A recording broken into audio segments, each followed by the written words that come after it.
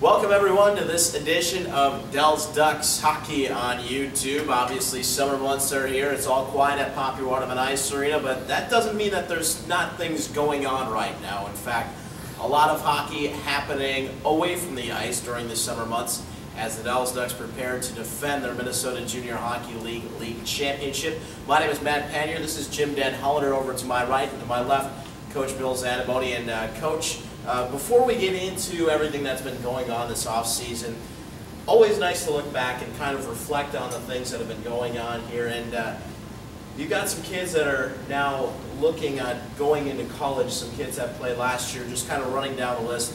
Colin Cross, Robbie Meadows, goaltender, heading to Framingham State. Lane Martin going to Morrisville University. Joey Bauer to St. Mary's University. Johnny Schwartz going to Lewis University. Scotty Vogelsang to Slippery Rock. Colin Purley going to Eastern Washington University. Brett Gates, a little late addition to the Dells Ducks. He's going to St. John's. And Clayton Ludlam going to Aurora. So a pretty good contingent of Dells Ducks going to be playing at some high levels next year.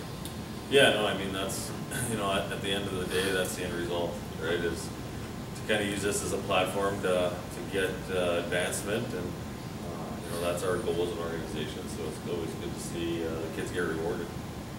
And for you, as, like you said, a goal of the organization is seeing kids not only go to that next level, but to see a Colin Cross or Robbie Meadows going to play at a place like Framingham, that's kind of an up-and-coming program. Yeah. St. Mary's has had a good reputation. St. John's for Gates, two of the top teams at the MIAC at times, teams that are making their way up. What does that say about what the Dells Ducks have done? Well, I think, you know, reputation is starting to show the players that are coming out of our program. You know, a guy named John Sully Hansen had a phenomenal year this year in the MIAC, and MVP of his team, and the all-rookie team in the conference. So, you know, I think they understand that the kids that are leaving our program are prepared and ready to accept the challenges of being a student athlete at the next level. We talk about that, and then of course you have a player like Jake Steima, who's just going to kind of go, and he's been dabbling a little bit, but certainly a guy that's going to be hard to replace. If you could just kind of wrap up what Jake Steima meant to this Dells Ducks team. Oh, yeah. You know, what do you say? Captain, defenseman, 150 points, I think, in 2 years. So it's definitely not going to be something that's going to be. I don't see it happening in the next, you know, in the near future. Another guy coming in like that. He was definitely something special. You know, he's a kid that definitely bled Dells Ducks through and through, and you know, that's why he was a guy that was easy to make happen before the season even started. You know, he was a guy that would show up and take control on the ice, and he knew when it was time and when it wasn't time. And you know, he's going to have, you know, hopefully right now we're still working on some pro things for him, and if not, he has a very good job sitting in front of him that's kind of pulling him away from the hockey game. And you know what, like we always tell our guys, what their goal is, it's our goal as an organization to help him get there. And if he enjoyed himself for the 2 years he was here, is playing some games in the North American League, and is a better person because of being here, then it's still a successful advancement.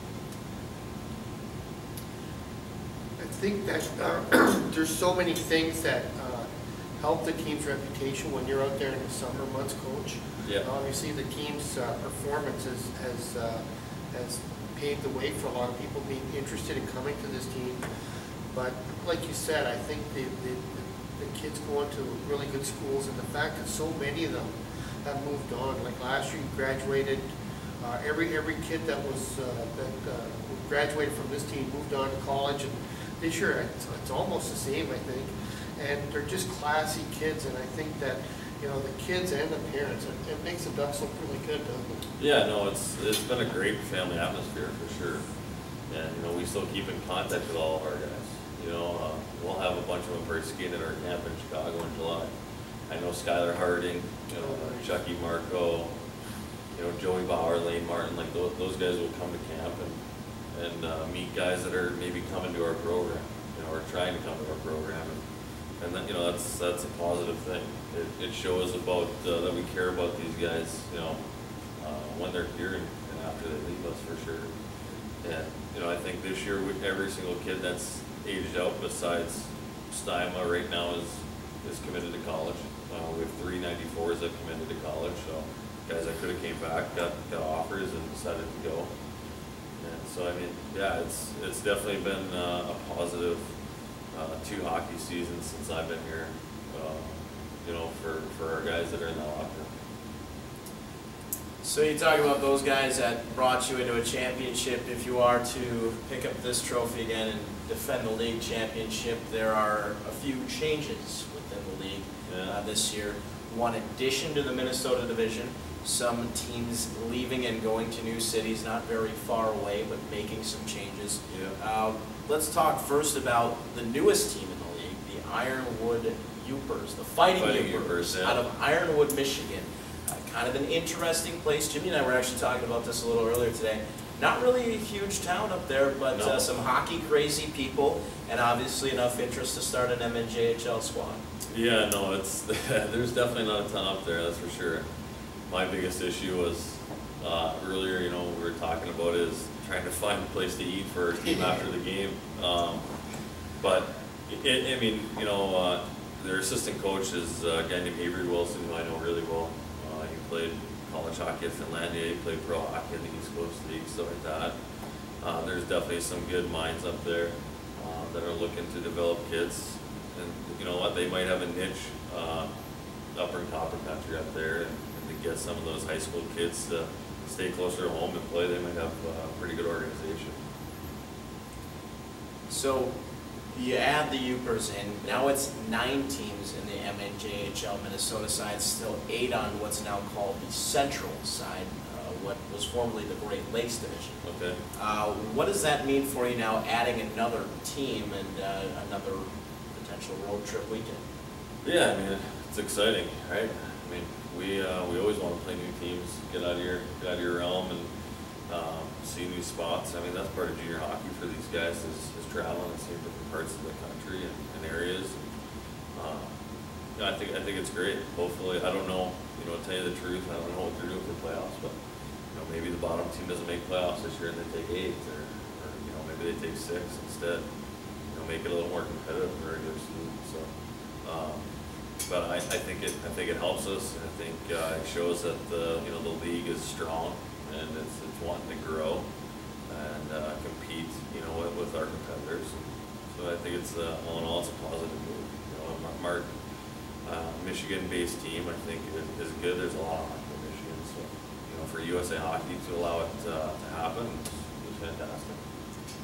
Looking at some of the other teams, you talk about road trips, new places. One Central Wisconsin team moves the Rapids River Kings, formerly the Central Wisconsin Saints, and another team leaves, unfortunately, the state of Wisconsin, moving the Rampage, going down to Crystal Lake. So yeah. A couple of new changes there. Forest Lake, now the home of the Lakers instead of Edina, a little bit of a change there. But if you could just kind of tell me a little bit about the changes that you see there with the teams sort of just moving around a little bit. Yeah, you know what? I think it's, to be honest, I think it's kind of just rebranding. Trying to keep the same organizational structure there. Just change up. See if you can get a different city excited about the game and the organization having these kids come in from all over and be a part of their community. So I think that's pretty much why you see the changes happen. I think the Rapids move I think was maybe 25-30 minutes. I think the Kenosha to Crystal Lake probably 40 minutes. I don't know the Edina to Forest Lake, but they're not huge moves, and they're not leaving the league or anything like that. So I think all in all, everything's been positive. I think they're just trying to get maybe some new fan bases. And Jimmy, really what that does for us is just make it a little bit more difficult when these teams come to Poplar Waterman Ice Arena, because now the Lakers are Portage Lake. If we see the Rampage, they're Crystal Lake, and the River Kings, a completely different squad than the Central Wisconsin Saints. Yeah, and I kind of, I'm interested in the move to, I mean, obviously we don't play the teams on that side, but I know when the local high school team here went to sectionals, this was like 4 years ago, they played at Wisconsin Rapids.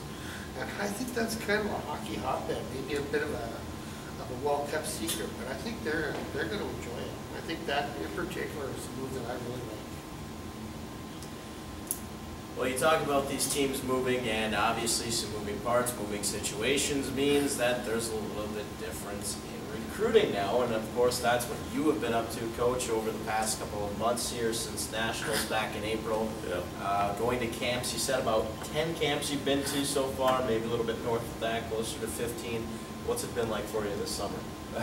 It's it's pretty much like every summer. It's a waiting game, and kind of a trickle down effect for us. We got to wait for USHL is always first, and then North American League, and then it's Tier 3. And so we just get out there and let everyone know about our program and try to educate people and do the best that we can and kind of see what falls back into our laps type deal. So. Things have been going, I think, fairly well. It's always good to have your logo in as many buildings as possible to let people know that you're out there and about. At the end of the day, it's trying to get as many kids on your radar as possible. I mean, it's definitely a stretch, but I always say, you try to talk to 100 to get one.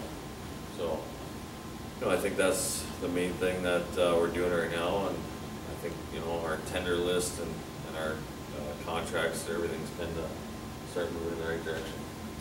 You talk about the trickle-down effect, and I think one thing that's really interesting about junior hockey is it's not just a trickle-down, it's a pyramid. So it starts with the USHL, and then you start going to some of the Tier 2 programs, the NAHL, all the squads they have. You get down to the Tier 3 level, you have the NA3, you have yourself, you have some of the AAU squads like the Western States, where Coach J.C. Knowles is now headed over to Butte. Congratulations to him, by the way. Absolutely. But you don't just recruit against those top squads waiting for kids. Once it gets down to the Tier 3 level, it's not just the MNJHL, it's a whole bunch of other people that you have to worry about too, isn't it? Oh yeah, for sure. I mean, we'll never try to recruit kids that we think are USHL prospects, right? Like we're educated enough where any kid that we talk to, it's not a USHL guy. We might, we try to go after bubble guys between Tier 2 and Tier 3. And, most what you see out of your top end teams, I think at the Tier 3 level, is they have those good relationships where they're getting some of those possible Tier 2 guys. So, yeah, I mean, it's a battle, and, you just got to go with what you believe in, and that should be your program. And I think the biggest thing is, like, whenever anyone ever asks, I can't tell them about any other programs because I don't know. I worry about what the Dells Ducks do, what we offer our kids, and where we can possibly help them get to. So, yeah, I don't know. It's got to be probably over 200 teams at the Tier 2 level, I would think. So, it'd be exciting to get to that Final 12 again. That's for sure. The national tournament. Jimmy, you were at that national tournament, so you saw firsthand all the different types of leagues. What did you kind of notice about some of the different types of players playing against the Dells Ducks there? They looked really big. When you're watching other teams play, I'm one of these. I guess I'm kind of a pessimist. I always think. Well, you're a Leafs fan, so yeah. But I thought the Ducks handled themselves so well. They had a great run there, and it made me want to go back. That's a big thing. I want to go back now. We've got a few more wins to get. And at some point, Coach, you've seen some of these players in your run in the national tournament, and you kind of look around, and maybe they become interested in the Dells Ducks. Well, yeah, no, we've actually we've talked to quite a few now. From guys that we've played against or seen us play at the national tournament. So, it's part of marketing. The further you can make it, the word get around, absolutely. But guys that you're playing against, they're now taking notice of who you are, and I'm sure it happens to our guys as well. It's going to happen to everyone. Sometimes the grass is not greener at the other side, but sometimes maybe it is. So, that's what happens in junior hockey. You hope the best for the kids, no matter what they do. Well, we won't talk about who you're recruiting now. We're going to keep that on the down low until we start signing some of these guys. But we can talk about a few players that are returning that we know already, and some pretty big spots that have been filled already. Always good to see some returners. First off, a couple of third-year Dells Ducks coming back. Bradley and Brady Hafner. How nice is it going to be to have the Hafners back? Yeah, I feel like they've been with me my whole career as a coach. Pretty close. Yeah, pretty close. So it's great to have those two guys back. I mean, they obviously they're a huge part of the Duck family. They represent a lot of what we want in character in our kids and on and off of the ice. So I brought them here from Montana, and I think very highly of them and their family, and I'm excited. It's their 20-year-old year, and obviously Brady had his cup of coffee in North American League and did well, and now it's trying to see where they're going to end up going to college. So it's going to be fun. It's going to be exciting, and I'm sure for them some of it will be a little nerve-wracking. And Jimmy, I'm going to hold you to this year. If I mess up Brady and Bradley, now that we're in year number 3, you're going to have to do something. Maybe put a quarter in the jar or something. Yeah. Now we got to get it straight. But you and I have been calling games here now for the past 3 years. Brady and Bradley, they were tremendous additions to the Dells Ducks 2 years ago. And I really felt that they kind of stepped up their game this year. Bradley especially back on defense by adding a little bit more offense to his game this season. Yeah, he definitely, I thought, went from being a real solid stay-at-home defender to a pretty good puck mover. I thought they should have maybe because of the power play too.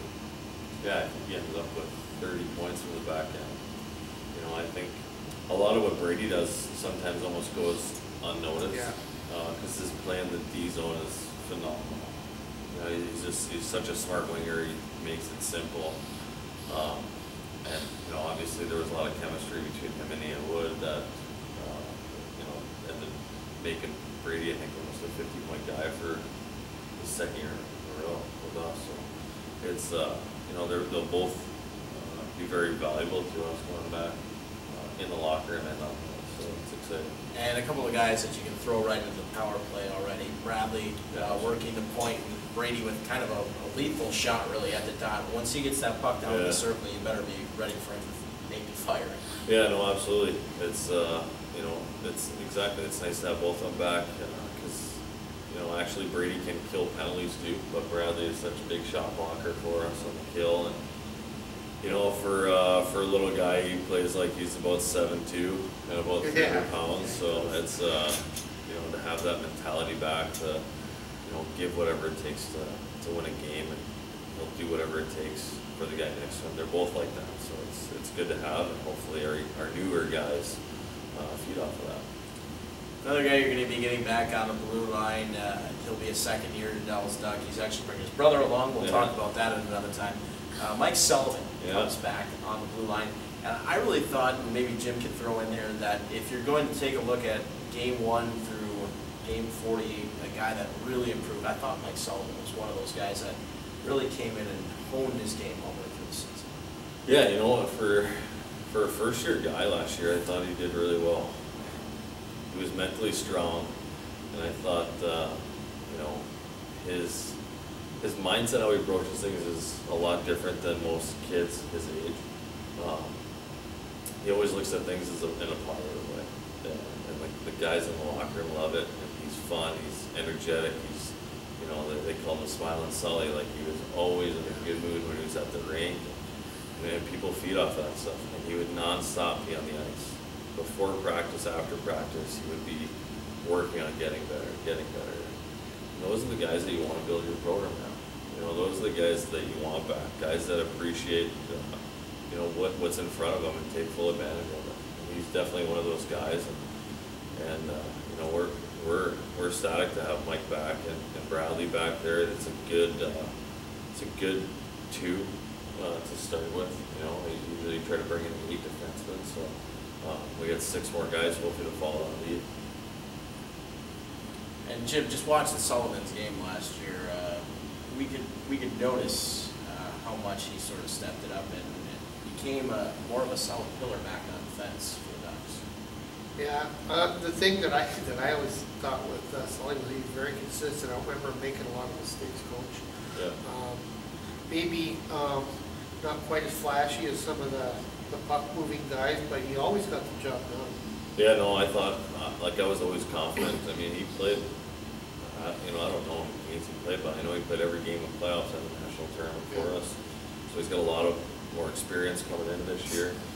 I think he knows what he needed to work on over the summer to get where he wants to go as a player and an individual. So it's going to be exciting. I talk to Mike, you know, probably twice a week right now, and just making sure everything's good. He's working 2 jobs this summer, so he's prepared to come back and to be a guy to lead us. Another guy that might come back and contend to be a captain, Colin Van Houter, will be a second-year Dallas Duck, also playing a couple of seasons ago with the Central Wisconsin Saints, so a guy that is a local product, somewhat out of the Northern Illinois area. Yeah. But a guy that I know you and the rest of the coaching staff really started to fall in love with last year and sort of accept as one of the guys that you could see leading this team. Yeah, absolutely. I think Hotz struggled a lot transitioning from, you know, a 60-point guy 2 years ago with the Saints to being, I want to say, right around 30-point guy for us this year. You know, wasn't on the power play to start. Once in a while, a penalty kill guy for us, but what he turned into was an unbelievable shutdown centerman who can skate very well. He's a big kid. He's strong. He plays with a ton of emotion, and sometimes that gets him in trouble, and sometimes it's great. You know, but by the end of the year at the national tournament, he was on our power play. You know, he was doing every little thing right that you want to see out of a guy. And you know what? Like, we don't know a ton of what happens in the locker room. I like to make sure that the guys feel like that's their space. But from the feedback that I know that me and when Jake was here and Kevin and Jason, when we got back from the other guys in the locker room, was like he was a great team. He just cared, like very sincere about every single person was around. So that kind of stuff, you know, falls a big part into what we try to bring here as a Ducks family. And it's going to be exciting. I'm excited to see him in July at our camp in Chicago. And I'm excited to see what he brings in training. And Jim, for us watching Colin Van Houter, I think Coach kind of touched on it, where at the start of the season, he almost seemed like kind of a guy where, you know, fourth line, almost an afterthought for us calling the game. But as the season started to go along, we noticed more and more of Colin Van Houter. Yeah, I think he might have been, I mean, I never really personally asked him. I think he might have been a little frustrated early in the season just with his own play. But the thing about Colin is, you know, I've always thought that Coach Antimoni could make a player. Like, that would be the prototype. Because Houter is, like, he's quiet and unassuming off the ice, but he is a monster on the ice. He's a beast, and like you said, he plays with a lot of emotion. And I know that that's the type of player that we love. Yeah, no, I think, you know, I think that there's a difference between positive and negative emotion, obviously. Yeah. And he struggled with balancing that at the beginning, and a lot of it was he was just frustrated with himself, and that's understandable. I mean, you know, now he's coming into his 20-year-old year, and you know he wants to have a big year so he can go play college hockey. So he's one of the guys that I'm really excited to see. I think he's going to have a huge year for us. And, you know, it's something that me and Coach Doby's talked about actually a lot down the stretch, and you know, we think once he comes in and maybe not feels comfortable or complacent, but he's just, I don't know, used to his environment. I think he's really going to start stepping on the gas. Well, you mentioned first look you're going to get at him. Camp in Bensenville coming up here pretty quickly. We're right at the midway point of June now. It might be very hot outside. Everybody might be watching the World Cup, but hockey's coming up here pretty quickly. Tell us a little bit about the camps rolling around for the Ducks. Yeah, so you know, our camp's July 25th and 26th at the Edge Ice Arena in Bensenville, Illinois. You we'll have a lot of our returning guys there. Well, like I said, we'll have some alumni there, and it should be pretty exciting. I think with the group that we have already signed up and registered for camp, it's going to be interesting to see what comes out of there, because I think we're definitely going to pull some guys out, and hopefully they're going to be big impact guys. Look at, since I got here, the first guy obviously to come in out of camp and be spectacular was Stein. I mean, we saw him down at Janesville. He got cut and came here and pretty much scored at will. At camp, 150 points later in 2 seasons, he's gone. I mean, Ian Wood last year. Do you remember him at camp, Jimmy? Yeah, I do. I remember him with the Rampage. Yeah. I mean, just kind of blew us out of the water, and 38 goals in the regular season, and now there's a chance he's playing Tier 2 hockey next year. So it's we're excited. The camps always bring that kind of needle in the haystack, and I think it's been very beneficial for us to do it in the Chicago metropolitan area, just because easy in and out for kids flying. It's obviously a big hockey hub, so we'll see what happens. Well, if you're walking around the airport or downtown Chicago looking for hockey players, you might want to be carrying that beast around a little bit. Just carry a little chain on it and let everybody know, this is potentially what you can be playing for this year. Yeah, well, anyone that suits up into our jersey, for sure, this will be there for them to try to protect. But we know the competition is going to be real tough again. And, I think from what I've heard, teams are doing a good job of getting out recruiting and sending players. It's going to make the league very competitive, so it's going to be fun.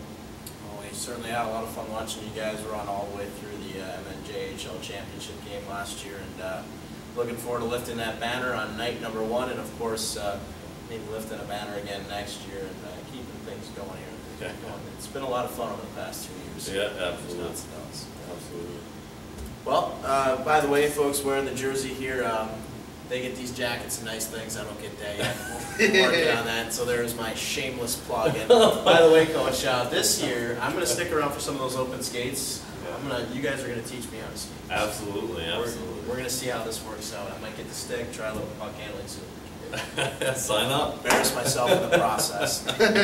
Well, folks, that is all we have today for Dells Ducks Hockey right in the middle of June. Don't worry, we're thinking hockey. We know you folks are too, and we can't wait to get back here, dump some ice out there on Poppy Waterman Ice Arena, and get going here with Dells Ducks Hockey, the Minnesota Junior Hockey League. Coach, Jimmy, thank you guys, and we'll catch you a little bit later on this summer. Yeah, thanks, buddy. All right, folks, thanks for tuning in. We'll catch you next time.